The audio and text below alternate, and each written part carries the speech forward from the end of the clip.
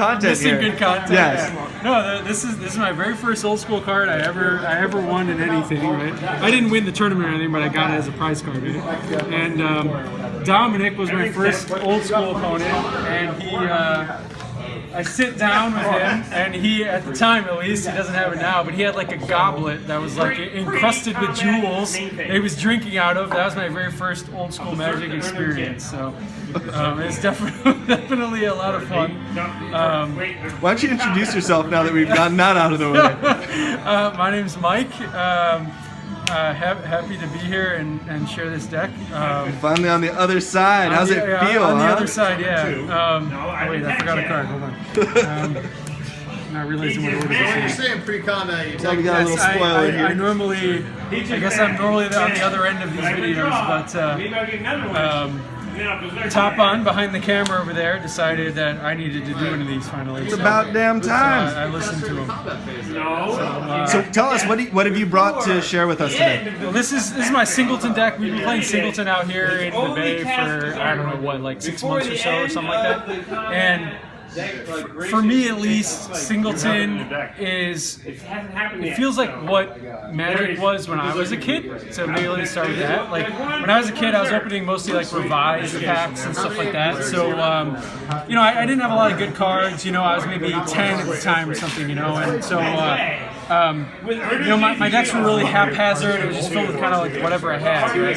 And so Singleton kind of gives me that feel. You know, I don't get to like, you know, I'm not playing with power. I'm not playing. I didn't have any of that stuff when I was a kid. So it's really just kind of brings me back to those days. And you know, I'll often say like old school, like regular old school is like the decks that I wished I had when I was a kid. I knew of their existence, you know, but I didn't have any of those cards. So Singleton really feels like kind of what Magic was to me when I was, you know, 11 or something. So I think a lot of us would echo a lot of yeah. that. We get these nostalgic feels. So tell us in specific what in this spicy deck. Well, I mean, I like to play a lot of stuff, but honestly, when I play old school, I like to play aggressive decks. I mean, it's just they're still really fun to play when I'm kind of, you know, 5 beers deep or whatever, and it's just a lot of fun still. And so that's what I ended up building for Singleton. This is pretty similar to what I played at Chalice actually when we had Chalice back in January, and so it's a really, you know, just very aggressive deck. A lot of 1-drops, very curve centric. You know, a lot of 1-drops, a lot of good 2-drops to play. I see you have a lot of mana. What? There's a lot of mana producers in those 1-drop slots there. There are, yeah. I mean, they're also beaters, right? Like, I mean, you don't have a lot of options. So, you know, a lot of your one mana guys are going to be 1/1s anyway. So you might as well just have them make mana too, right? It's true though, but a lot of them are beating above a little bit where their power and toughness look. Like you got Naf's Asp and things like that in there. Yeah, I mean, like that's. When I built this, I mean, I just kind of put things together as I found them. But there's like a lot of interesting synergies going on. Like I've actually won games off of Nasbasp a lot because he's synergized with a lot of these other cards. So he's really good when you have a Winter Orb out. Right? I see, yeah. So he kind of turns into like a pseudo Savannah Lion, sort of, right? Absolutely. Similar to when you have stuff like you know, Anka Mishra out or whatever, where like you're kind of like you're taxing their mana a little bit somehow, right? It kind of gives you this way of like making his ability a little bit better. So he's actually been really good. He's one of my favorite cards in his deck. I don't think I ever owned a Nassas when I was a kid, so it's kind of in Nassas. Yeah. You got a little ass? Yeah. But yeah, he's been really cool. Goblins of the Flarg is a more new edition because I was looking for just to fill in the curve a little bit more and have some more good 1-drops. And Sure. He's good. I don't have any dwarves, so his downside doesn't affect me at all, right? So he's just a 1/1 with Mountain Walk in my deck. He's just pretty good. So one thing I noticed when I kind of look at a lot of the lower slots in this curve is, although looks like it's a 4-color deck, it looks like you're mostly green. I'm mostly green, so it kind of like there's a progression to it. So it's mostly green. I have 5 forests actually. The next most common color is red. There's a lot of burn, as you can see. I have all the you know, the normal offenders, if you want to call them that. You know, like all the Max spells. I got you. Yeah, Pyrotechnics is really good. blows out X ones. Like so yes, and then also I've got some red 1-drops. So red's my other color basically. So it's mostly a red-green deck to be honest with you. And then I'm sort of splashing the blue and black cards. There's a few more blue cards. I have a Twister and a Side Blast and a Serendib. I think that's the end of it though. So yeah, I had some others originally. yeah, didn't you have Flying Man? I had a Flying Man. I also, one of my original goals of playing this deck actually was to play as many signed cards from events as I had. Got so you. I had an unsummoned in here, and I eventually cut it. I think actually for like Goblins of the Flarg or something. Oh, well, that makes sense. It wasn't really working, and I couldn't make the mana work, and so I eventually just took it out. Am I missing Giant Growth? Do you have that in No, there? I actually don't. It's like one of those cards where. Hey, Dominic! Wow, that's really aggressive. I won't deign that with a pan over. No, I had a giant growth in here at one time, but the problem is like you're on the cusp of like always having a threat and then having burn. So like there's some games where like the game ends and you don't have a threat out anymore. So because they've killed it or whatever, right? I forget how many actual like creatures are on the deck, but you kind of so there's some games where you just sort of run out of guys and the giant growth doesn't finish the game, right? Like it just kind of sits there. So I ended up taking it out just in favor of like, so at one point I wasn't playing Barbarades or Grizzly Bears. Right. So I kind of put those in favor of those cards. It's just a card I could play no matter what was going on in my hand. I could just cast it and it did what it was supposed to do, you know? Right. But yeah, I've got those 3 blue cards. They're just good, aggressive, oriented blue cards, Serendip, Time Twister, and Side Blast. Right. And then I have 2 black cards, just Deralar and Demonic Tutor. That's it? Yeah, and actually, honestly, this Deralar is great. It's another signed card, so it fit my criteria originally, so I got to play that. Was this from our Sacramento event? Maybe. It doesn't actually say what event it's from, to be honest with you. We got to be more fastidious with what I guess, yeah. I mean, it has a lot of beast names on it. It's got Jeff's name on it. Yeah, I mean, it's from some beast event. So, but I don't remember which one. Maybe it's from like a year and a half ago at the last. It very well might have been. Yeah. These are great. And this one is from our Swedish net deck Spike This Fest. one's an upgrade. I took a black bordered French revised regrowth out of my Singleton deck to put this signed revised one in here instead. This is clearly an upgrade. Clear upgrade, yeah. So I like to point out the Illuminati symbol. Ooh, strong play. Yeah, it makes sense. Christmas tree. Yeah, so I mean, it's been fun. Oh, one other thing I think was when I was building the deck, this was kind of a main point of what I was sort of aiming for. You'll notice like all the mana symbols. There's only like one colored mana symbol and everything, right? I'm noticing that, or like individually one mana symbol in each cost. with one exception, and that's Whirling Dervish. But green is my main color, so it kind of works out. But it makes it so that you can actually make the mana work. Well, you gotta pronounce this right. What card are you talking about? I'm sorry. Which card is this? I forget what language is he in? I think it's Italian. Italian, yeah. Dervish. I can't do an Italian accent. German I can do, but yeah, this is not my thing. We'll work on it for episode 40. We'll do it. We'll do it for that one. I'll practice it. Yeah.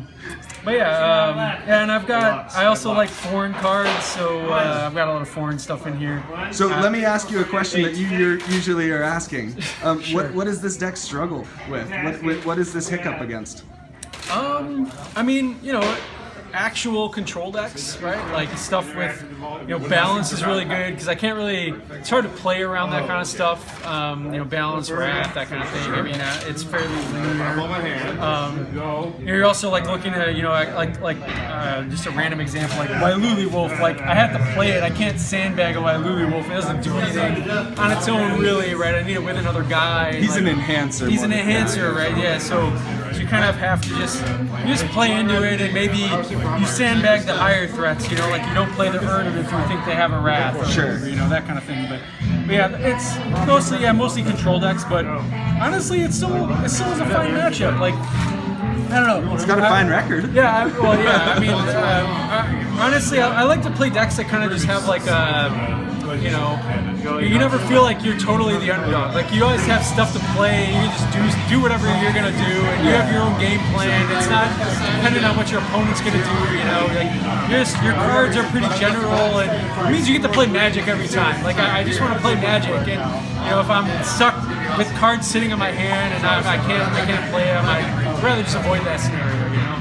And this helps you stay like proactive. It's very proactive, and I can my spells do whatever they're meant to do. You know. Right. And also, I note that mana barb's in there too. Yeah. So mana barbs. I don't have very many 4-mana spells. There's only 4. Well, mana barbs is great. I have to give Will credit. Will McGrath. He crushed me multiple times. Before Chalice, he wanted to play some Singleton, and he said I should ask a beast because they played Singleton longer than anybody. And so he asked me to play, and he had a mono red deck, and he beat the crap out of me multiple times with mana barbs and power surge. Those cards are very, very good. Like that. I mean, obviously you need mana burn to have power surge be good, right? But those cards are really good, and will beat the crap out of me with those. So I stole a little bit of his technology, so to speak, for that. And I didn't put power surge because it's double red, and I had a hard time casting it. That makes sense. But yeah, if you're playing a heavy red deck, power surge is really good. I've also killed a lot of people with power surge and revise 40 for anti. The card's very good in that format too. So just as a side. That's a major plug for power surge here. Yeah, in this. power surge is a really good card actually. You know, we often like forget about it. It's like one of those cards in normal old school that like no one plays. But it's actually really good when people don't have power and also their artifact mana and stuff. It actually serves a real purpose. It's like the only card that has before your untap trigger. Yeah. It's, like what is that about? Yeah, it's very strange. Yeah, but it's definitely super cool. And you know, the more we play a lot of these like weird old formats that aren't just normal old school or whatever, the more I appreciate kind of like what Richard Garfield created in the origins of the game, right? Yeah. Like all the singles and stuff we're playing. This is like, you know, there's a ton of decks to play. Like this is definitely not like the only deck that you can play, right? And there's like a million things you can play. Control, you can play whatever you want. I think we're in the Singleton area. We're lacking some combo a little bit because the Singleton kind of restricts that, and it's just by nature, right? Moreover, the redundancy is really in vanilla creatures more than actually like it's very like you have creature decks and mid-range decks and control decks, so it feels kind of like your normal standard format sort of. I mean, it doesn't feel like playing standard obviously, but you know, it's kind of how old school is meant to be. Like it's very hard in the early days of Magic to play a combo deck, right? Like you didn't have all the cards. What were you gonna do? How were you gonna play a combo deck? Right? It's very, very weird. So, but anyway, so like the more we play these old formats, I realize like things like anti, like those are things that are like supposed to be part of the origins of Magic, and they serve a purpose. Like they serve a purpose in those days, right? And we're kind of forgetting those things. I think sometimes when we play other formats. So well, I think that actually leads to the question of each one of these episodes. What would you leave the community with? Oh, just in general? Yeah. I mean. It's really supposed to be about kind of giving back to your fellow player, I think, and building a community, right? So the more you can do that, and then just focus on that kind of community building, that's really important. And there's all social aspects of this game that is kind of part of the origins, and I feel like for old school at least, it's kind of what is the crux of the whole format, right? You're making friends. This is supposed to be a good time that you're having. It's not just meant to be, you trying to compete. I've played in many other Magic tournaments before, but there's a totally different feel when you're trying to play old school. It's not supposed to be about building this like totally optimal deck, whatever. Just play what you want to play and make friends while you're doing it. This is possibly the best. My best friend ever. The history of the world, part one. My God. My God. Man. So I know it's Singleton. All the colors. We all know what Land of Elves does. Am I right? Like, very well. This Land of Elves is signed, and he does other things. All right, he does what he wants. He's a good looking. He's a good looking. Is that a Wahoo Wolf? The principle of this deck is that you can't play too many high impact spells, because if they're all high impact, then your deck does nothing. So you really gotta just dilute it down. That's a thing. Well, no, my original goal was to play as many signed cards as I own. That was my original goal. They just happened to all fit into this shell, right? What's Delarar doing there? He's really good. I've won a lot of games with Deralar.